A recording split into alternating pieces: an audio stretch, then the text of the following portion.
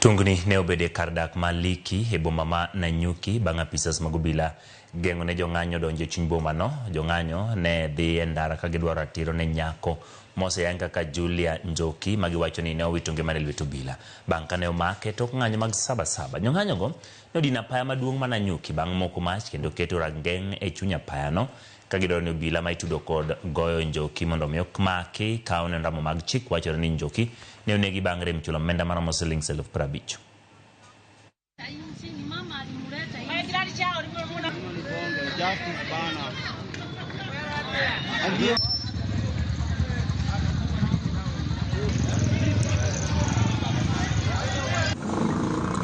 The only person who came in the police station is Bwana DCC na mapolisi wale wakubwa kwa na mawe makubwa wakaniambia I play cool so that we don't take this thing up. What about tomorrow? What about the children tomorrow?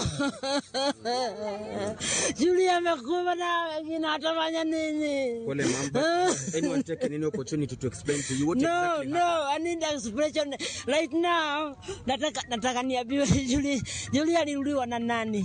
And what did she do? I know, it's hard for me. Huyu ni mtoto wangu wa kwanza.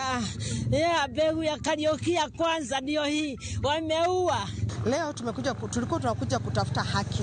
Na vile mnaona hapa nyuma maaskari wamejaa, wanataka kublock tusifanye peaceful demonstration ya kumuna wale familia walipoteza watoto wao.